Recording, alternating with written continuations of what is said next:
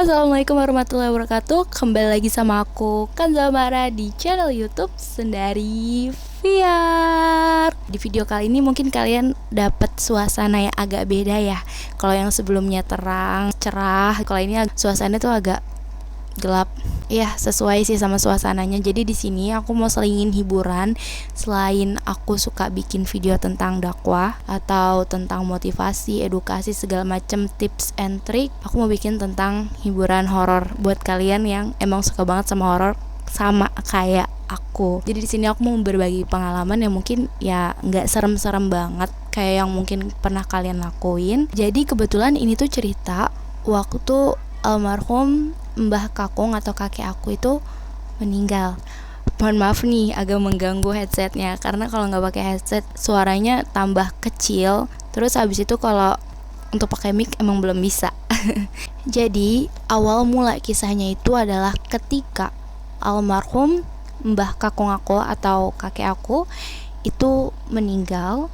Waktu itu sekitar tanggal 24 Mei, malam minggu, pas banget sesuai dengan lagu kesukaan almarhum mbah aku, yaitu kalian tahu gak sih yang lagu Malam Minggu Aye Pergi ke Bioskop. Nah itu lagunya kesukaan mbah aku banget. Tuh aku ngerasa kehilangan banget sosok pahlawan, sosok superhero di hidup aku. Bener-bener superhero-nya aku banget.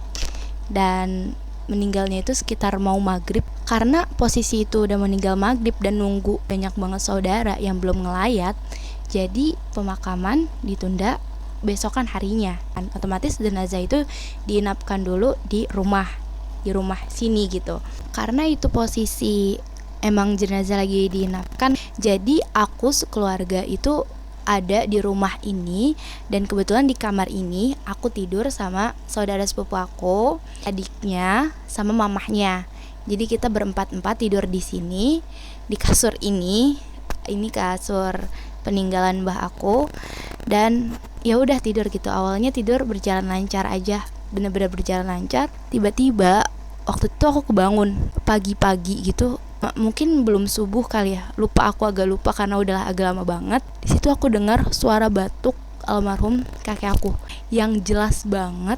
Suara itu ya namanya gimana sih, hidup bertahun-tahun. Mbah aku itu sakit karena rokok dan pasti punya penyakit batuk yang lumayan lama. Jadi udah khas lah di telinga aku bisa bedain suara batuk orang lain dan juga suara batuk almarhum mbah aku. Setelah itu aku kayak agak kaget, ini suara batuknya kok. Dan di situ spontan aku langsung bangunin tante aku, karena kan ya gimana sih namanya parno. Tante aku bilang, ada apa?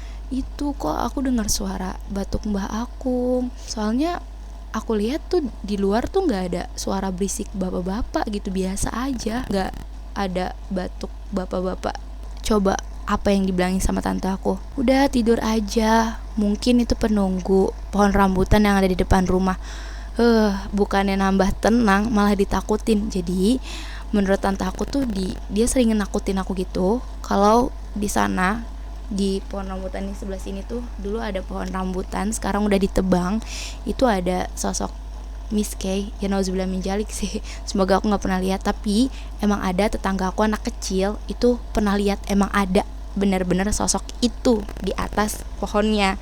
Alhamdulillah sih sekarang udah ditebang, aku bersyukur banget. Habis itu aku kayak apaan sih, jadi ketakutan gitu kan. Ya otomatis kalau keluar juga orang-orang udah sepi tidur, ya udah aku lanjut tidur lagi, berusaha melupakan apa yang aku alami. Keesokan harinya aku langsung lihat lagi dong ke depan, ada orang gak sih. Itu bener-bener udah sepi banget, kayak namanya juga pagi-pagi, gimana sih, kayak orang-orang tuh saudara pada di dalam semua karena itu masih pagi, masih jam 6, gak ada yang duduk-duduk di luar. Di situ aku coba mastiin dong kayak semalam ada yang denger gak sih suara batuk gitu, karena aku kan kayak di situ parno banget.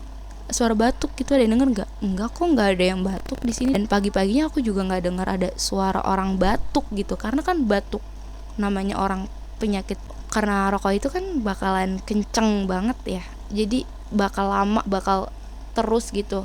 Tapi ini aku nggak dengar lagi, sama sekali nggak dengar lagi. Jadi bener-bener pada dini hari itu aja aku dengar. Alhamdulillah setelah itu aku nggak pernah dapat gangguan apapun. Tapi gangguan gak berhenti sampai di situ. Mungkin gangguan alhamdulillah gak aku rasain, tapi ini dirasain sama saudara aku. Kayak ya pokoknya lebih tua dari mamahku gitu.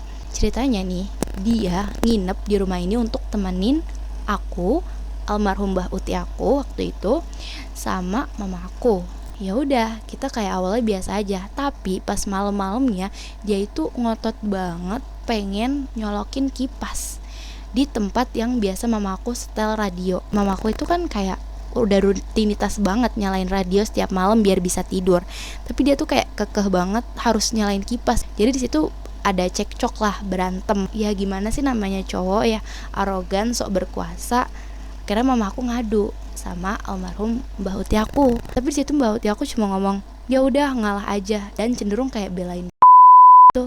Mamaku karena udah sakit hati banget karena emang omongan itu kurang baik waktu menyampaikan pengen pakai kipasnya, alhasil ya udah akhirnya mamaku ngalah, pulang sama aku. Ayo kita pulang aja ke rumah, karena waktu itu aku ngontrakan sama mama aku.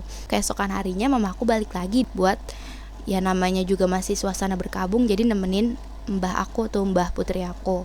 Di situ aku kaget banget waktu aku denger cerita kalau itu semalam rep-repan atau ketindihan dari Mbah Uti aku. Dia cerita kalau pas lagi rep-repan itu di atasnya itu ada mbah aku kayak lagi ngerep-rep gitu lah.